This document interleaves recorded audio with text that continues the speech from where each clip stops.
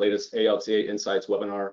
I'm Jeremy Yohe, ALTA's Vice President of Communications, and thank you for joining us today. There's definitely a lot of interest in this topic as we've had more than 625 register for the webinar. We're going to talk about the latest enhancements to the ALTA Best Practices Framework, specifically the recently introduced identity verification requirements designed to bolster closing security across the title insurance industry. Before starting, I've always got a few housekeeping items to go over. A copy of today's presentation can be downloaded from the handout section of the GoToWebinar window pane. You'll also find the updated ALTA best practices, and there's a redline version of the best practices as well.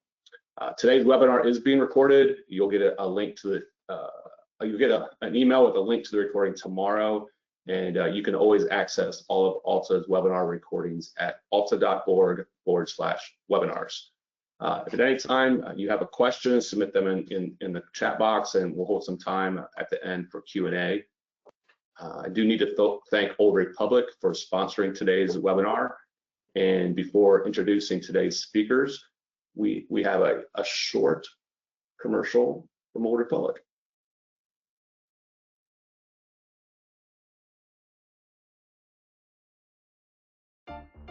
At Old Republic Title, we understand being a title agent isn't just a job.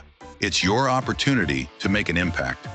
Agents are at the heart of every successful transaction, giving peace of mind to your clients through some of life's most important decisions. We are here to help you work safer, smarter, close faster, and grow your business. When you are ready to take your business to the next level, Old Republic Title will be by your side every step of the way. Let's shape your future together.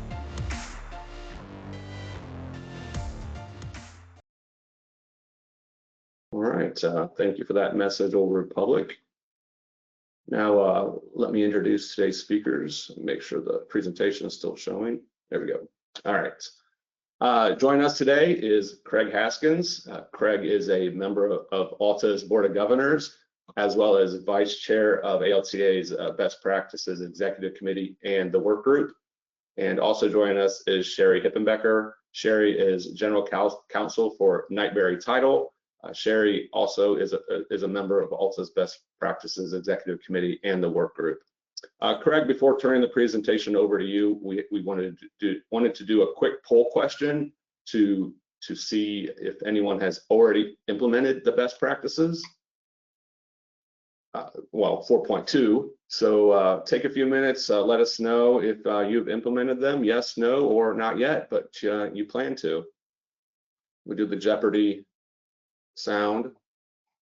We've got a little over about 30% so far has said yes, 13% no, and a little over half says not yet, but we will. So, Craig, with that information, What did they win? This is Jeopardy. They won time listening to you. Oh, womp womp. Thank you, Jeremy. I appreciate it. This is my favorite part when Jeremy makes himself disappear from a webinar. There he goes. All right, so that's me and that's Sherry. And also on your screen is me and Sherry. The important part on this slide is our email addresses. Because if you're like me, you watch a seminar and you think later, man, I wish I'd written that down. I wish I would have. Now you have a free follow-up email you can get to us. Thanks for taking the poll. For best experience on this webinar, make sure you have the handouts. There's 3 of them in that little goofy chat bar.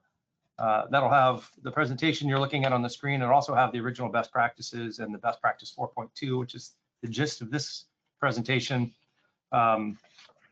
So it's best to have that, whether you open it later, now, whatever. But even if you didn't do it in advance, it's no big deal. We're going to try to walk you through as much as we can to get you to understand why 4.2 is so important. Let's talk about why this is important. Let me just jump in there. Right now, there's 3 handouts, but Jeremy's actually going to be uploading 2 more handouts, at least 2 more handouts that we'll be talking about. We have guidance for identity verification and then guidance for vetting a vendor. Both of those guidance documents came out in August of 2025, courtesy of the executive group and the working group of ALTA Best Practices. Yeah, so we're giving you we're giving you what the new rules and best practices are, and then we're giving you a handout give you some guidance on how you can comply with some of that stuff. All right, so on the screen in front of you, why is best practices important? I'll give you a quick little refresher. Well, for consumers, for title agents out there, you hold two things that don't belong to you on most transactions. And consumers expect that you're holding those two things properly. One being their private information, and one being their money. And Jeremy is switching the screen, but that's okay. It's okay. But you have two things. Never pay no attention to the man behind the curtain. So you have two things. You have their money and their information, or we call it data. So best practice is important, in my opinion, because two things that you have that don't belong to you, you have to safeguard. So from a consumer's perspective, they're expecting you to follow certain industry standards to do things the correct way. It's not on your screen. Now it is. Cherry, banks are also a reason that best practices are important.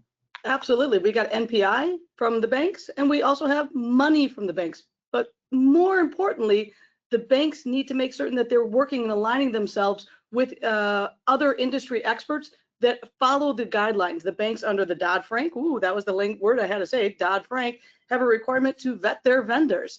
And we're going to talk about vetting vendors, how we have to require to vet our vendors, because we have to report to the bank that, hey, we have all these processes in place, and the people that we engage to do work on our behalf also have appropriate protections in place for NPI and money. I get the call all the time from people that say, we don't do closings. I'm just title person. I don't really have anything that really applies here. I don't have any of their money. I don't have any of their private information. My opinion, but the fact that you know there's a transaction, you know a month in advance that they're selling that house or they're refinancing their loan, that's not public information. You know that because you've been engaged to. So even if you're not holding their social security number or their money, you have knowledge of something that's happening. So I think it even applies to you. Title insurers. Title insurers, yeah. Go, Craig. Yeah, title insurers. Look, if you want to be a good agent, you've got to be a good agent, and you've got to take care of your title insurers. There's some sections of best practices on how you produce title policies and commitments, and what things you have to do to make them happy. How fast you issue policies, report your policies, and pay those premiums to the title insurer. So there are some standards inside best practices to keep the third of this list of people happy.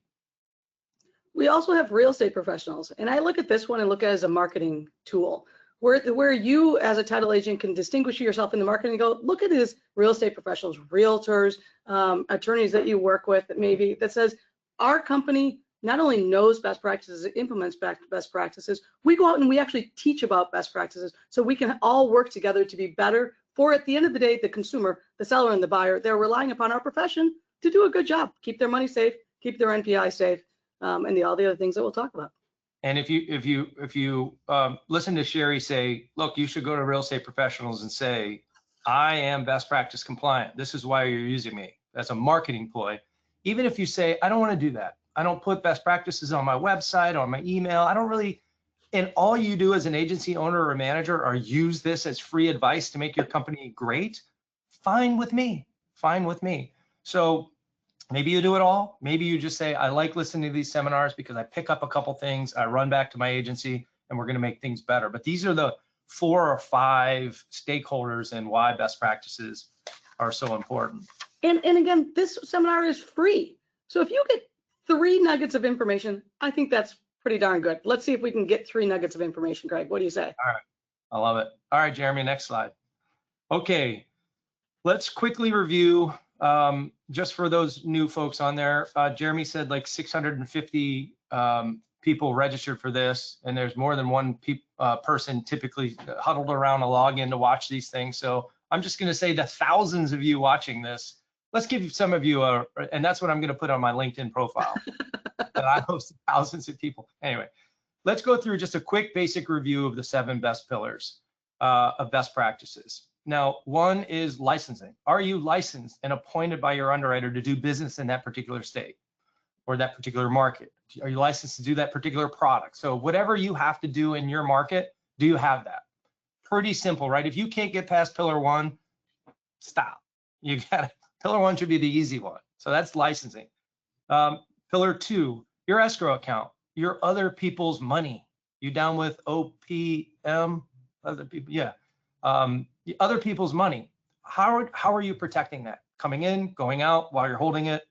What are you doing in the escrow world? Wire transfer stuff got added into there.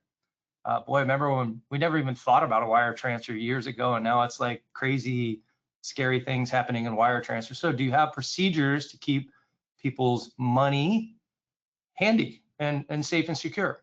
Item 3 is your written, new, a year and a half, 2 years ago, written information security plan. What are you doing to protect the information? Where's your plan? We've even given you roadmaps on how to write the plan. But it's what you do with the data while it's sitting in your email box, while it's on your servers after a closing, while it's on your closer or title people's desk during the closing, while you're driving across town to bring the closing docs to a closing. What are you doing with safeguarding data? Those are the first 3. Sherry, you wrote 4 with a couple other folks, so why don't you take it from here? Absolutely. On the number 3, the WISP written information security plan, you don't have it in the handouts now, but if you go onto the ALTA website under the best practices section, there is the WISP guidance and FAQ. Another thing that you may want to download if you haven't had a chance to write your own WISP program. So pillar 4, so we looked at pillar 1, which is that's about your business being licensed. Pillar 2, that's about the money. Pillar 3, that's about NPI.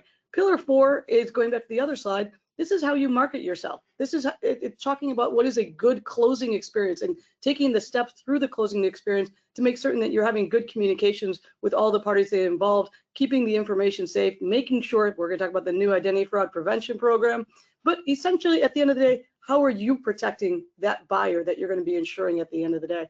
Pillar 5, title, policy production, and premium remittance, that's a lot of P's, but nonetheless, that's what you talked about before is keeping your underwriter happy. If you're going to be a good title agent, you got to keep your underwriter happy. That's pillar 5. We haven't touched that a lot because we said years ago, please issue policies, and now we're still saying, please issue policies.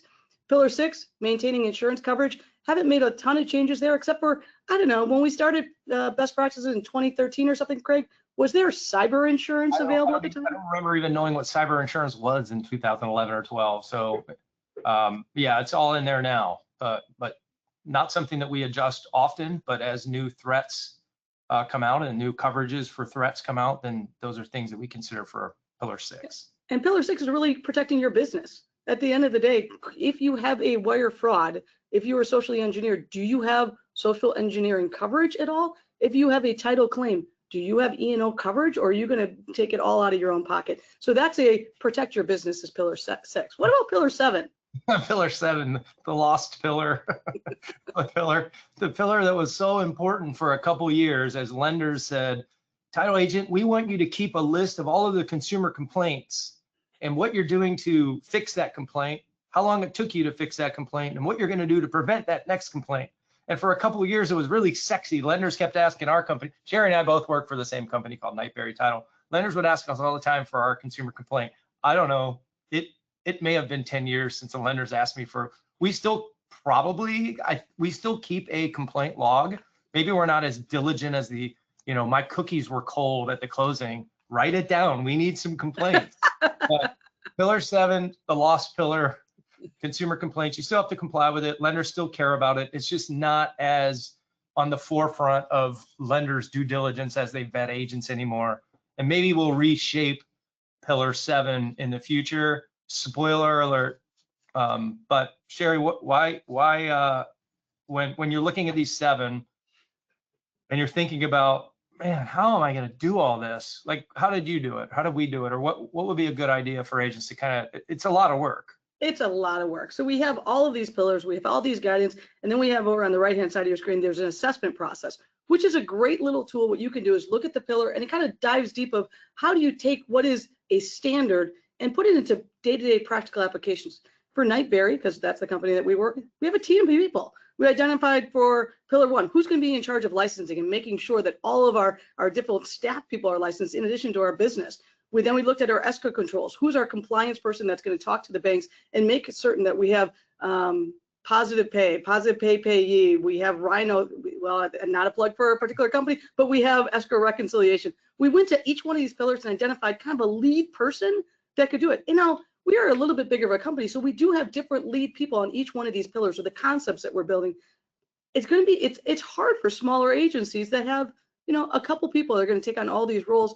But as we kind of talked about, it's really important because you have customers that you're dealing with, realtors, lenders, you have your business practice, you have your title lenders, and all of this is all about how to be a strong title agency. And a strong title agency doesn't have to be 400 people. It can be 5. We have phenomenal competitors that we work with here in our state that are 5 people or less, and they're great because they have a great team of people. Yeah, I agree with you. I think even if you're a small agent, get a couple people together. Even if the average agent, I think ALTA's review or ALTA's data says that it's about 5 employees, 4 or 5 employees is an average agent. Most of the 80-something% of this industry is small local title agent.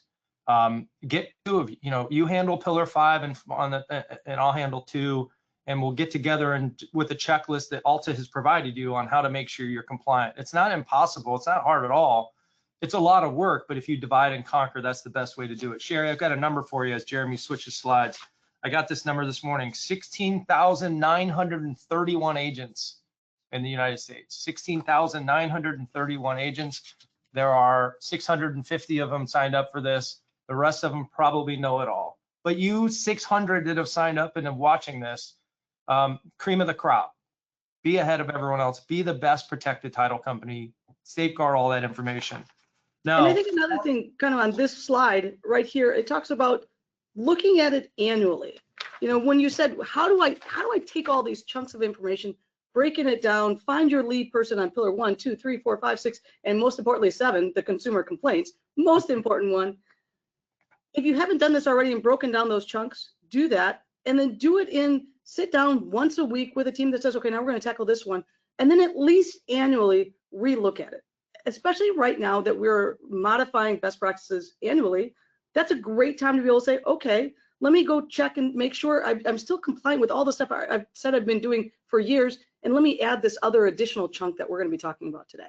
Yeah, and we started best practice 4.x, which is where we're at 4.2 now, on this journey to make 4 better, right? We make pillar 4 great again. It's pillar 4 is the consumer side of it. So we haven't, this latest iteration from August has nothing to do with the rest of the pillars. It's all about Sherry's pillar 4. It's all about the consumer and the experience and closing stuff. So we're drilling only into that now. We've given you the review. You figured it all out. Let's get into the important part. And the evolution drove, remember, we started all of this best practices, and you can switch to the next slide, Jeremy. We started prior to 2023. It was all about compliance. It was how did the title industry help lenders, like you heard Sherry say Dodd-Frank earlier, out of that law where lenders are responsible for their title agents. And if the title agent screws up, the regulator looks at the lender. How do we help the lenders make sure that we know what we're doing, that we can keep them in compliance? That's our focus prior to 2023. It was mostly on providing certification to the lenders. So on the bulletins that are listed there, so they know that they're dealing with a cream of the crop, a safe company to deal with. And then we sort of expanded into 23, didn't we, Sherry? We did, because we looked at it as it's not defensive. In 2012, it was defensive, creating best practices so that we could stay in the game in the title and settlement world, in the title industry. 2023 said, hey, let's be offensive. Let's find a way to be able to help title agencies across the board and title insurers to say, here are some things that if you want to be a strong company that's going to live today in 2025 and going forward, here are some things that you definitely need to consider about NPI, escrow administration, keeping all your compliances in place, having your insurance, and then making a great consumer experience. So we've kind of changed that perspective, but keeping the same 7 pillars, maybe, depending upon your lost pillar 7, to have your enhanced security protocols, customer experience, and efficiency. All comes down to what the pillars are and who are our end customers. I think it's a much better perspective. It's much more fun to be positive than on defense. I mean, when I played soccer, I was a defender, but it's much more fun to be on the offense and kicking the goals. I think one thing you said that you probably didn't understand that you said is you said, let's be offensive. I think we all knew what you meant. But from our company, I'm the CEO of Knightberry. We've got 400 and something employees and a bunch of offices. I use best practices on the off. I'm not trying to defend to the lender of why they're using us. I'm saying this is great, it still works, but I'm using best practices to make us better than that guy across the street. So that's why we've kind of expanded it to make it more of a tool for you to be better instead of a tool for you to say, please still use us, lenders. We're good. We're a good agent. Of course, they both have space in the sandbox, but that's the change. All right, next. All right, so I love the poll. 15% said they haven't implemented best practices 4.2. 56% said not yet, but will. And we've got some overachievers that said 30% said they have implemented it. That's awesome. Now, for you, 71% of the people who haven't done it or you're thinking about working on it, it's okay. It was just published in August. So it's not like you're 2 years behind. It's fine. I did this presentation for the Florida Land Title Association on Tuesday, and someone asked me, like, do I need to take down my best practices compliance thing on my website and my email? And I said, don't do that, but just get moving on 4.2. Watch the seminar. We're going to kind of tell you why we're doing this. Now, also, and if I may, please. they're still compliant with best practices 4.1. So that's what they should say. I'm compliant with best practices 4.1. Hopefully it's not best practices 2.0. Hopefully you're somewhere in the fours. Yeah, and there are two ways to say you're compliant, right? You can say, as the owner of the company, I put a statement on our website and to our customers saying Nightberry is compliant with best practices, and here's what we do. Some people hire a third party to come in and say, come in and audit me. And then they tell what you're compliant with. It's okay to have a section of best practices where you're not perfect. Some of you don't run background checks on a courier or a title examiner sitting at the courthouse. And that's okay. You just add that as an exception in that section to say those things. So I want you to know that too. The fact that you're working on 4.2 doesn't mean that you're behind the game. I'm glad that you're working on it. Now, the one thing that up until lately, the one thing that keeps me up at night as an agency owner is wire fraud. Like for years now, wire fraud. How are we going to beat this wire fraud? Wire this, wire that. That's still crazy right now. We've already addressed that in previous iterations of best practices. There's a whole protocol on what you should do for your wire transfer issues, okay? But now what keeps me up at night is buyer-seller impersonation, fake IDs, stealing vacant land, all of the things that Jeremy and others have written about in the title news about how, and your underwriters, I'm sure, on what you should be aware of on fake identity or identity verification, fake IDs. That's what keeps me up at night. That's what the rest of this seminar is all about. So Sherry, let's go through a couple of these things. Yeah, what's interesting about the fake ID thing is I remember in 2021, I believe it was 2021, we got an underwriter communication that said, hey, anytime you open up a new order and it's vacant land, we want you to send out this letter to the property owner using their address on the tax bill. And I remember distinctly saying to somebody in our office, that's bogus. We're never going to do that. That's never going to happen to us. Early 2022, it happens to us. Gratefully, it was a really small dollar amount. And then we said, oh, this is real. And it came along so fast. Seller impersonation fraud. It went from 0 to 100 in a matter of a couple of different months. So we're here at the game finally with best practice to say, this is real, this exists. And here's some steps and guidance that we're gonna be able to provide so that you could take this to your closing people and protect. What are we protecting against? Fraud protection, fraud reduction, i.e. put some steps in place to stop.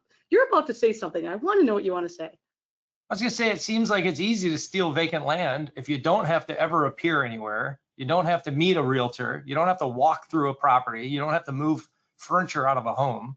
So that was our first scare into identity, is that you never know the person even exists. All these fake IDs and everything, signatures, notaries, it all looks great until it doesn't. So we're looking at fraud. These are the steps that we're going to do. It is now best practices. Pillar 4 is where we couch because that's the settlement experience. The identity fraud prevention program. So I call it the IF. Identity fraud prevention program. It's fraud reduction. It's making sure that your realtors know that you have these systems in place so that when they come to you and you're ensuring a buyer owns a piece of property, guess what? They bought it from the right person, because that's Right. really bad if they did it. Did you say IF? Yeah, identity fraud, IFPP? If I like that. Do you like that? No. I know you hate that, but that's why I continue to use it. And hopefully, if you see me at a convention, just come up to me and go, if Actually, just do it to Craig. Then they'll Jeremy, drive him crazy. I don't need 16,931 title agents saying if. All right, You will Jeremy, now. let's go to the next slide before this turns into a slideshow. All right, let's get into it. Let's get into the guts. We're going to spend a lot of time on this because this is essentially the breakdown of 4.2. I'm going to walk through a few things, and Sherry's going to walk us through a lot of these things. But Sherry, tell me about, like, what's the big deal on ID stuff? Like, I know the answer to this, but what's the big deal on this? It costs about $100 to get a fake ID. That's the big deal. And we're relying upon something that looks really good. For $100, I can get a really good one. I just was I was with one of our nieces. We went to an underage drinking bar. She had a fake ID. All of her girlfriends had a fake ID. All of them got in, and they all spent $100. And not do they only get one, they actually get three for their $100, because if one gets stolen, they have another one as a backup. The key is it's easy for these college kids. Their only incentive is to get inside and get a beer or a cocktail. Can you imagine the incentivization if you're going to get $100,000? How much better of a product of a fake ID that you could be able to do? So let me backtrack and think about this. In 2021, before we had this fraud at Nightberry, and his name was Gedalia Solomon. That I always remember that name because it's such a great name. We got defrauded with that, Gedalia Solomon. We would just email a deed to somebody, go find their own notary, right, Craig? Yeah, back in the day, who knew? In 2021, that's only 4 years ago or something like that. So what we need to do, we said, okay, we got to rethink of how we handle transactions. I think there are a couple different ways we handle signings. Let's start talking about 4 different ways. I think there's 4 different ways. All right, so can I guess one of them? You go with one, I'll go with number 2. Well, I'll go with one, you do the rest. I'll do the Okay. easy one. I'm just thinking, since the beginning of time of transacting real estate, someone sits in front of a person and signs a deed. That's number 1. That's a pretty good, my light went out. Okay, that's a pretty good one. Okay. Number 2, since about 2019, 2020, 2020, depending on where you're located, remote online notarization. That's a pretty good way to sign a deed. Yeah. Since forever, we've also just emailed deeds for people to go find their own notary public. And then sometimes we may engage our own notary, a witness notary that we send out to somebody at their home to meet with them in person. So I think those are 4 ways. We got somebody coming into our office, a remote online notarization. We engage a notary that we send out to that person at their house. And then finally, person goes find their own notary to notarize their deed. Let's just talk about, what do you have? I see your lighting as a motion sensor. I thought you were spotting a fly. So you've got the traditional way, you've got the Ron way, which is the newer, I would assume. The way of saying the borrowers on the other side of the town or the state or after hours, and you've got, I mean, every title conference I go to, the exhibit hall has several mobile notaries or signing professionals there that you can engage with to get your documents signed because you can't do it or they can't get to your office. And then the 4th way, a lot in commercial too, you know, the documents just come in through the mail, all fully executed, they all look great, but you didn't control any of that. You may have prepped, or the lawyer prepped documents, but they all came in. So those are the 4 ways. Now, what are we doing here? Like, I would assume number 1 is the old way. How are we training our staff? Probably on all those, but let's talk about the old way. Yeah. Like, Okay. what do So we do? I think that at the end of the day, you have to train your staff, whether it's an in-person notarization, a RON, or any of those ways that you talked about. We have to ask the question: was a valid government issued ID, not a fake ID that somebody paid $100 so they can go into the bar? Was that a real government issued ID from the state of Wisconsin, or wherever it is? And then, okay, if it is a real ID, is that the real person on the ID that's presenting it? Or is it, you know, I grabbed Craig's ID and I handed it to somebody? But until Pillar 4.2, the standard is looking at you, looking at the ID, looking at you, looking at the ID, and that's kind of where it ended. That's it. And that was acceptable since statehood, of some way to be able to validate somebody's ID. But now we're saying dig a little deeper because there's a financial component of it. And then finally, at the end of the day, you go, okay, do I have a valid ID? Okay, do I have the right person sitting in front of me that's on that valid ID? And number 3, are they the actual property owner or the person that's borrowing the money? So I can tie those all together. Those are really, it's fundamental questions. Who the muck is in front of you, and are they the right person to handle this? Who the muck is in front of you? Handle this transaction. So now we have to train our staff though. Before, I mean, when you got your notary license, did you have to go to a training about how to validate somebody's government ID, making sure that what their age is, looking at the back at the barcode, confirming that, it's still current? Did you get any of that kind of training? I would tell you right now that I'm not sure I could spot a fake ID. They all look great. So, but what you're saying is our staff, borrowers or buyer sellers come and sit in front of our staff in the closing room right now and they hand over that ID. You're saying that under 4.2, if that's where it ends, they hand you the plastic ID, you look at it, and that's where it ends. You're saying it needs to be a little bit more than that. Absolutely. So All the right. first is talking to your staff about this risk. I suspect most of the people on this webinar have talked to their staff about seller impersonation fraud, but maybe also giving them some tools so that they're not just doing what Craig did. Here's a DI looking luck. It's what Jeremy was putting on the screen right there. Here's some tips that you can provide to your staff for in-state identification cards and in person. And so what are those real tips? At the end of the day, I think the tips is really situational. If I have somebody sitting in front of me and I have a realtor that's with them and I've seen their picture in the newspaper and they've told me the story, I feel pretty good about this. And then I look at their ID and everything matches up, I feel pretty good. Situationally, if they don't have a realtor in front of me, if they've never met this person before, I can't do an independent search on the internet to find them. Something seems odd off in their language. There's an urgency that exists. We got to train our staff to it's kind of like a sliding scale. Where's your comfort level? And you have to trust your staff to give them the tools to be able to say, I'm okay here, or something seems to be off. So this is a great tool right there. Craig, you want to talk about that tool? I got to grab something that fell. Yeah, so I think what you're saying is if you know the person, you've done business with them, they're the president of your local Rotary, they're always in the news. You just it's a community person, you've checked their ID, maybe your sliding scale is okay. But it's a person that has not, they're, by owner or out of, online or something, and you just don't have, you just feel weird about it. You haven't done more than look at what could be a fake ID. And we're talking about when they're in front of you in the office. You're saying that you need to do a little bit more than that if there's any weirdness. They're not there with an agent who's dealt with them for 6 months selling the home or something like that, or it's vacant land, all these things that are red flags. So in person, you're saying more than the old traditional way. And we'll get to some of those ways, but we're just saying sliding scale more than, we'll go through more than what Jeremy has on the screen. Let's go back to that. Go ahead, Chair.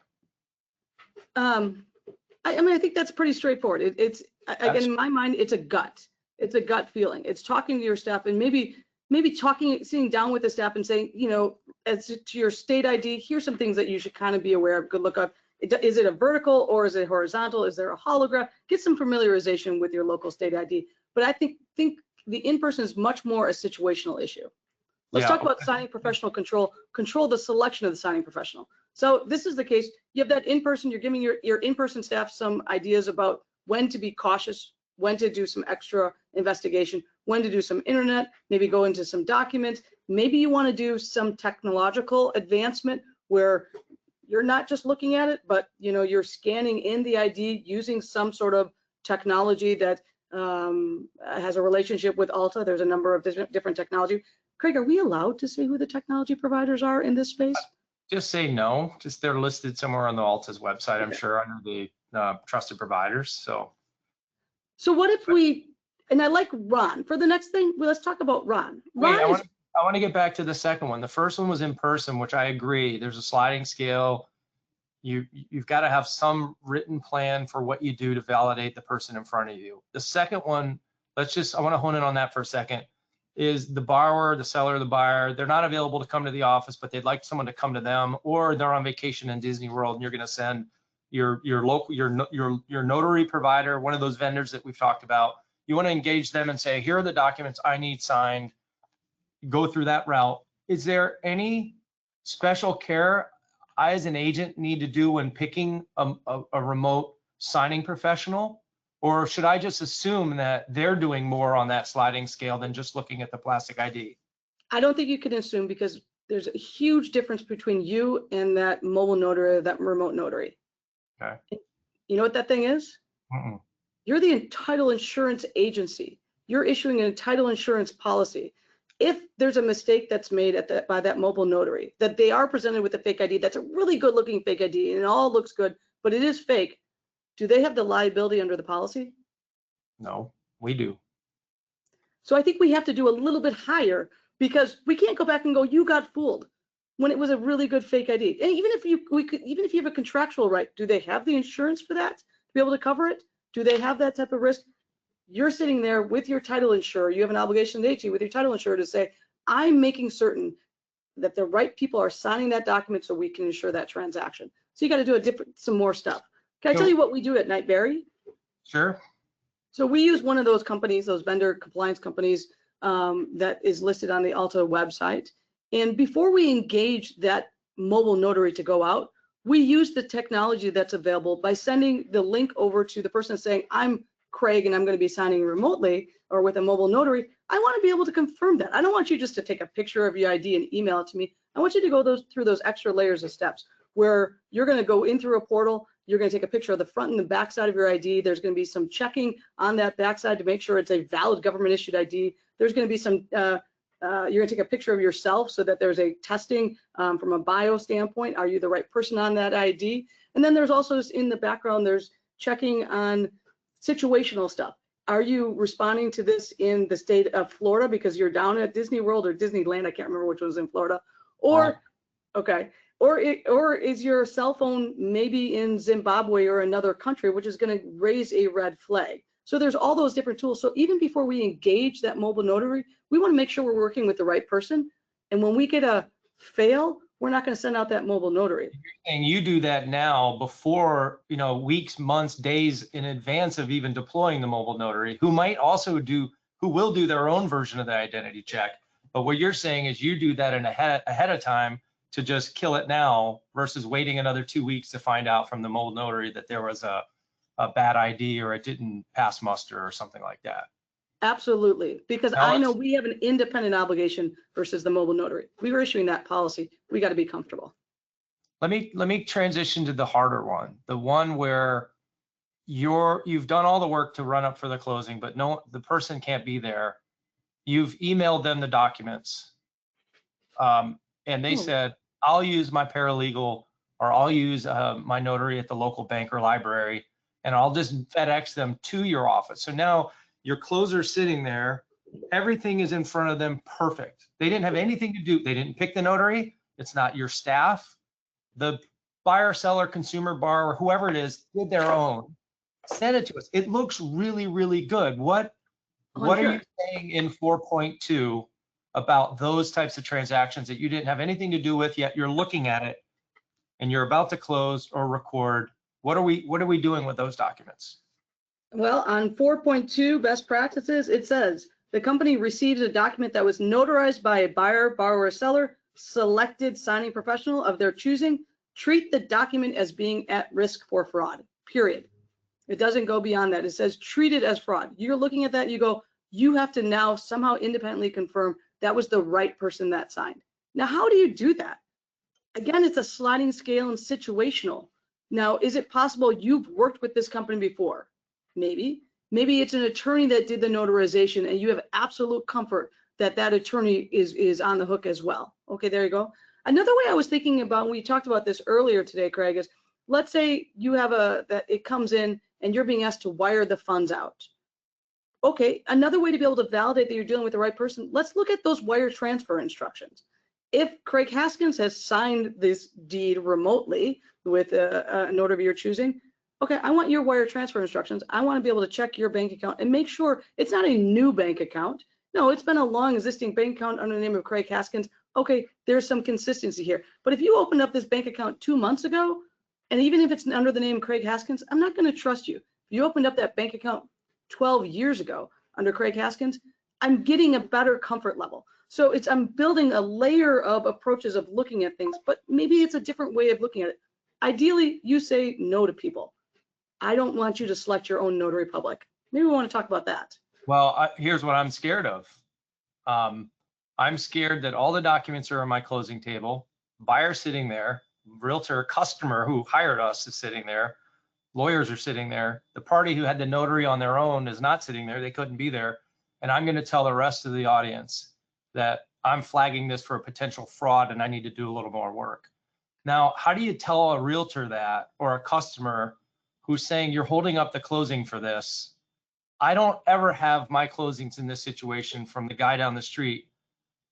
How do you reconcile that when you're saying I need to make it more difficult with it's easier down the street?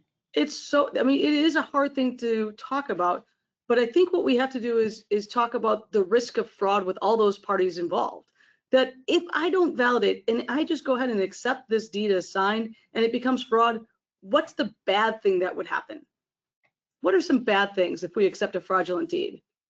Well, someone assumes they own a piece of property or a home and they don't. And the same with the mortgage lender, doesn't have a valid lien on it. So it could get ugly for the title insurance policy. And what if they start building a house? Or And then that. they find out that, oh, guess what? I don't actually own the dirt on which the home is located. There's going to be a lawsuit. And who's all going to be included in that lawsuit? Everyone. The settlement company, everybody, including the realtor that said, hey, I don't want to close with you because you're making it too difficult. I'm going to go down the street to that guy. And so talking to the realtor about if we don't put in these safeguards and something bad happens, and we can acknowledge, say 95, 99% of the transactions are fine and safe, but I'm doing this extra step because of the 1 to 5% that aren't, and you're going to thank me that I kept you out of that litigation. I totally agree. I think you need to turn the question around and say, now I asked you goofy questions, but I think the question need to be turned around and tell that agent or whoever hired you, this is why you hired me. If you want a rubber stamp and be open to liability or some ugly stuff that could happen, I'm not your person.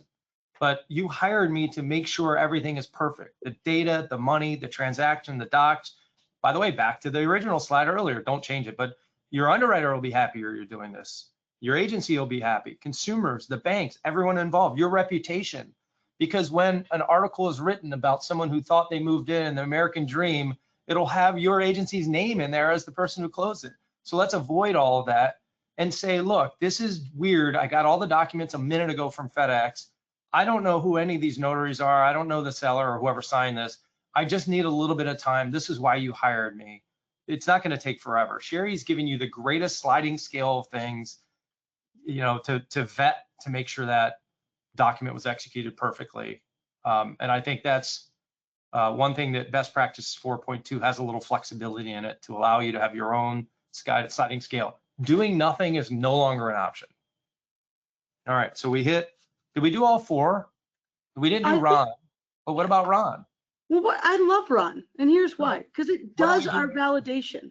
I love Ron because it does what I kind of talked about, what we validate before we send out a mobile notary. We validate with the ID and with, you know, the biometrics component of it. You get that already built in with the Ron, and you're controlling the conversation. And as part and parcel of that, you can also check the bank account where the money is going to flow.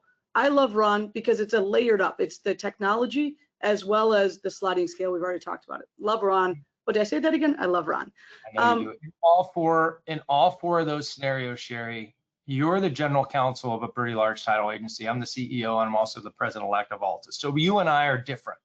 You've got a closer in small town Wisconsin or wherever who's only been working for a couple years, and there's people at the table. There's a lot of pressure to move this forward. What's your advice to that?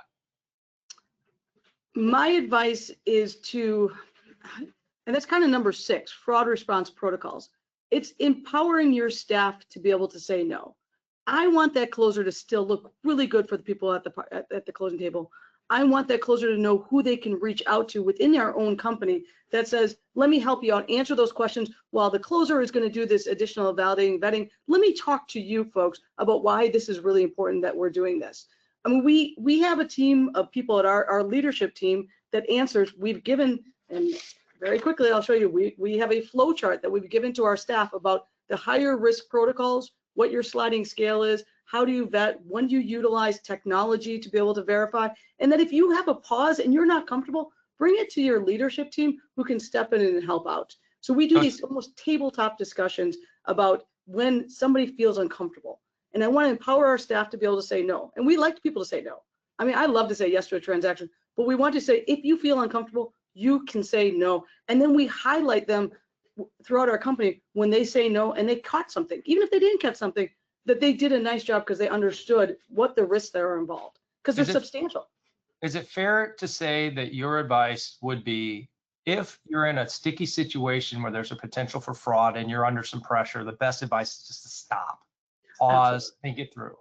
You want to get it over with. You want to get out of that uncomfortable situation and just, okay, fine, move forward. But it's best, and it's hard to say no. Most powerful word in the English language.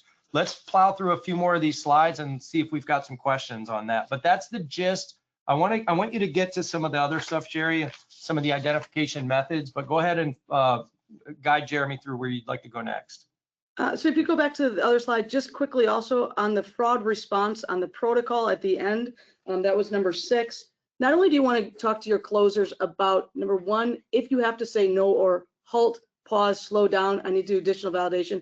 You also want to have a team of people identified that, let's say you find out 5 days after the closing, oops, it was a fraud. A month after closing, oops, it was a fraud. 6 months after closing, you want to inform your staff of who are those team of people that they need to go to and talk about your tabletop discussions. Who are you going to talk to? Just kind of like in the wire fraud. Don't we have wire fraud rapid responses? If you have a wire fraud, you probably have a team of people that address this. You probably want to think about that team of people when you have some sort of identity validation fraud in possible. Yeah, your main closer, you're the owner of your agency, maybe contact your underwriter, obviously. But doing nothing and saying this will solve itself is not an answer. Even if you find it, Sherry talked about things after the closing. Even if you're in a closing and you suspect something, stop, pause, go to that owner, go to that manager, go to that underwriter and say, I need some advice here. I feel weird. And even though you want to get it over with and get them out of your way, you got to figure out some response protocol to what if you feel weird or what if you've been had. And people many times ask us, well, what do we do next? And I'll be honest, Greg, we make it up, because what we're doing is just digging and seeing if there's a way that I can trust.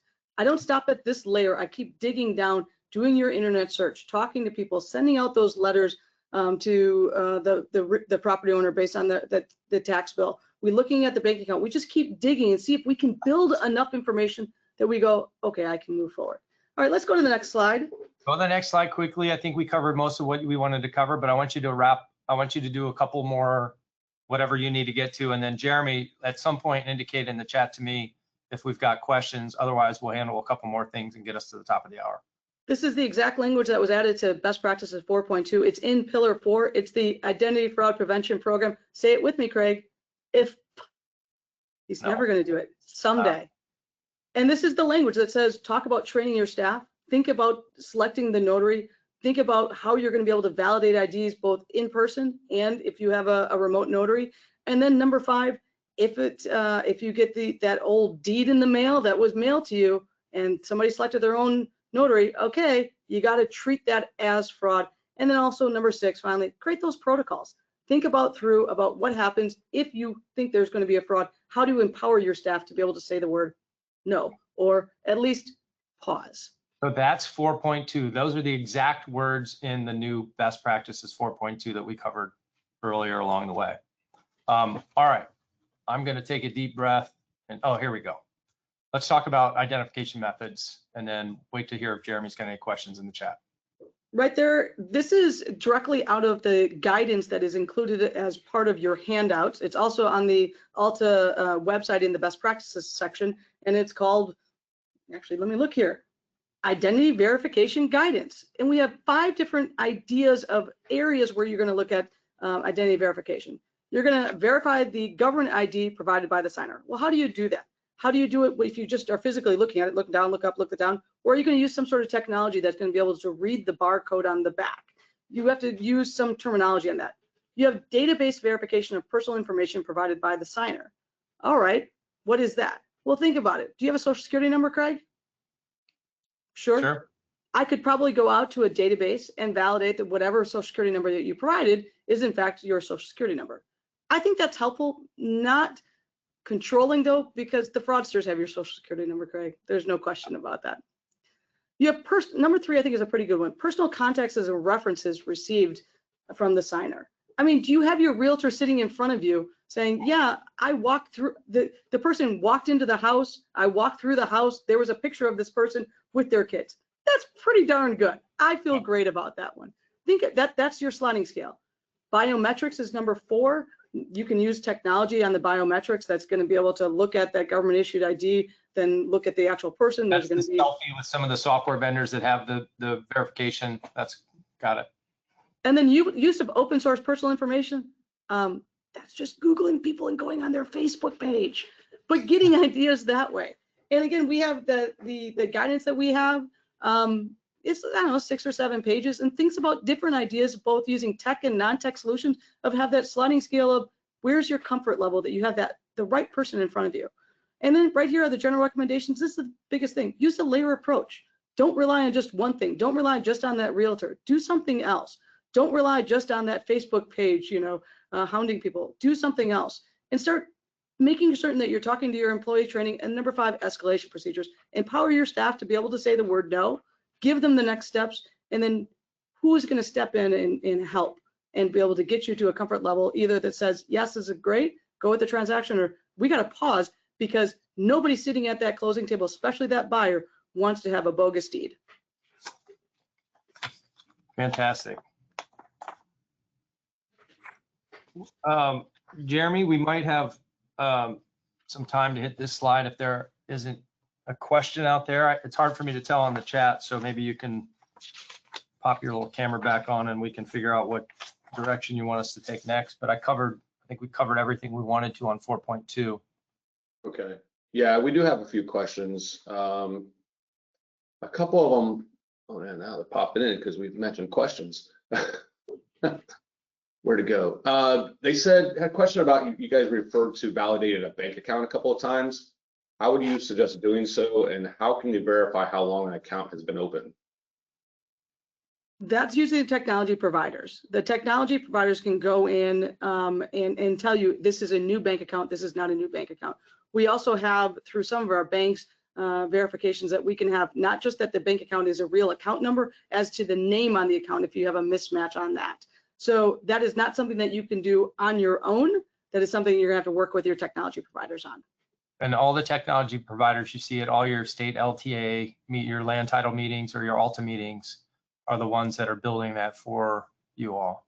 And again, that's on a sliding scale. That's one thing you can do. There's plenty of others. Jeremy. All right, let's get to a couple more questions. I don't know if you guys want to touch on the vetted and vendor document as well. Question on, what if the seller is foreign? How do you handle the ID verification? So the technology providers, many of them can utilize and vet valid IDs that are foreign IDs, not just US based as well. So that is one of our, on this kind of flow chart that we have here for Knightberry, we do have as one of the cautionary factors is that you have a non-US government issued ID. I don't know what a passport from Spain looks like, but the technology providers do. Okay. Question about the notary fee. If they're no longer letting the customer choose their own notary, who would pay the notary fee? I think that's a normal closing cost, and it really depends on your jurisdiction how closing costs are handled. That is additional fee, and maybe that's something you work out with your customers as well. At the end of the day, you don't issue the policy unless you're comfortable you have the right person. You have to say, look, I'm not going to handle the closing unless this is covered. And maybe depending upon the situation, you might say, you know what, I'll bear a portion of that cost as well. It's really up to, I don't know, Craig, you're the business guy. What's your business hat say on that one? Nailed it with the jurisdiction earlier. There's certain things you can and can't do and charge in certain situations. Certain states you have to have an attorney involved. Certain states like Wisconsin you don't. So I think you nailed it on your answer. All right, and got a couple of questions from Nationwide Signing Services, and the questions you sent in, apologize if I'm a little off, but I'm trying to summarize it. A couple were very long. You verify the identity before closing. What are the recommendations? You do it again at the closing table as well, or however you do in the closing? It never hurts to double verify. I think there are some companies that are starting when you open up the file are verifying everybody that's in that transaction. And then making certain what you verified early on is the same going into the closing. It's just that we don't want to engage a mobile notary until we've vetted that particular person that we're going to send out that mobile notary. That's our number one concern. And then ideally, we do have a double verification at the actual signing.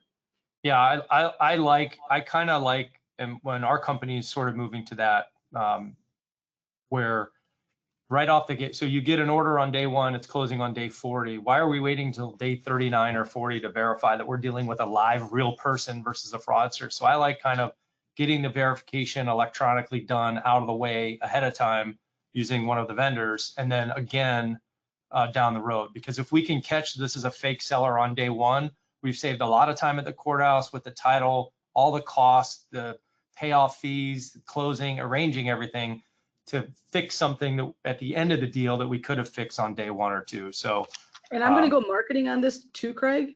You're going to help out your realtors and the buyers, because let's say that buyer is committed, think they're buying from a real person. Day 40, they find out I'm not. Well, now they've missed out on an opportunity of all these other houses or properties they could have purchased. Use that as a marketing tool to your realtors. We're going to ask. And a follow-up question is going to be something like, well, who's going to pay all that extra cost of the initial technological vetting of the notary or the identity? That's a call that you're going to have to make. But for me, I'd rather catch it right away. I'd rather save the mess from all of our customers. I'd rather save the headache on a fake deed for my underwriter. I'd rather save the embarrassment of that I could have solved it earlier. And I love to take what we're doing around to all the customers that don't do business with us and say, if you did do business with us, we do it a little bit earlier in the process. And maybe that's a cost that I'll pick up because I know it's protecting us as well. But that's a jurisdictional thing. That's an office or a company by company thing. All right, kind of a general question. Are there any free tools? I would say yes. If you're an ALTA member, there's a lot of free tools and resources and information that you can use. I'm not sure exactly what the free tools is referring to, but maybe an implementation of best practices. Also in the handouts section, Sherry had mentioned the vetting a vendor. I did get that uploaded, as well as the tips for checking state identification cards during an in-person notarization. So that's also in the handouts section if you want to download those before we wrap up. I don't know if you all wanted to touch on the vetting a vendor document. It's there. I was gonna say, I like some of the free tools that Sherry mentioned, some of the things that are just obvious common sense, like pull the realtor to the side and say, hey, we're concerned about this ID. How do you know the sellers? Or did you walk the property? Or did you just meet them for the first time today? Help me get comfortable. Sherry said, Facebook, that's free. All these social media, just find, do they really exist? Are they nowhere, anywhere? If you Google their name, is there no hits anywhere? I mean, just free stuff like that's obvious. And then there's on the other end of the spectrum, there's all the technology portions of it that cost a little bit of money, but it's up to you. Nothing in best practices says you have to use a certain thing. You just have to use more than the old thing, which was ID, look, ID, look. All right, the follow-up was, banking verification, ID verification. I'm not sure if those tools would actually be free. Probably not, but potentially from your escrow, some of the banks that you escrow with want to make certain that you're sending the money to the right location. There may be some free components of that. Yeah. So the vetting the vendor guidance is out there. This is the last couple pages of this slide. Just be aware that it's out there. Best practices does make certain that you vet your vendors. If you provide NPI to that vendor, or potentially money is going to go back and forth. Why? Because the banks are vetting us and they're saying you have safe practices for NPI and for money. Make sure that whoever you give NPI to also has safe practices. So you do have an obligation under a couple different pillars within best practices to vet your vendors. We've published this new guidance about vetting a vendor. We gave you topics of things to consider when you're vetting the vendor and some red flags that you may want to consider. It's about a, 7 or 10 page document, something like that. And Craig, are there going to potentially be changes to the lost pillar? So we've pivoted real quick out of we're not talking about just vetting your ID verification tools or your vendor or your mobile notary or your own product. We're saying all the types of vendors. The kid that comes in on the weekend to back up your servers, the company you use down the street that comes and sets up your network, all of those types of where you store your data, who has access to your office when you're not open, that kind of stuff. So these are the topics that are out there. And then the spoiler alert from earlier is that we're considering taking the lost pillar 7 and creating a guideline or making some vetting procedures, because I don't know, 10, 15 years ago, we probably didn't have many vendors that had access to money, IDs, backup MPI information, and now we do. So we're probably going to build a little something to tell you exactly how to make sure who you're dealing with is solid and they have all the red flags eliminated off of the selection of the vendor. So with that great ending, trust nobody. I just want to say thank you for being here today. Jeremy, what else do we have to say there? Sherry, thanks for being awesome on this as well. And there's our contact info. Jeremy? Yeah, we sprinkled in a few questions. I think we hit the main general ones that were lobbed into the chat box. If we didn't get to it, I guess you can bug Craig and Sherry. You can also email me, jyowie@alta.org. Great information, both of you, on the updates and the best practices and how title agencies should be thinking about them and implementing them. Good to hear that a good segment already have 30%, as Craig said, overachievers, yay, and over 50% plan to. So that's great news to hear. I put in the chat box the link to the best practices page. So in case you don't download the handouts, if you're a member, you can access all of those. If you missed parts of today's webinar, think others in your office would benefit from listening, just a reminder, a recording of the presentation will be emailed to you tomorrow, and you can always access the recordings at alta.org/webinars. Need to thank Old Republic once again for sponsoring today's webinar, and that will wrap up today's presentation. Sherry and Craig, thank you for spending an hour with us. Sounds great. Thanks for being here with us too. Stay safe, everybody. All right, take care, everyone. All right, see you later. All right.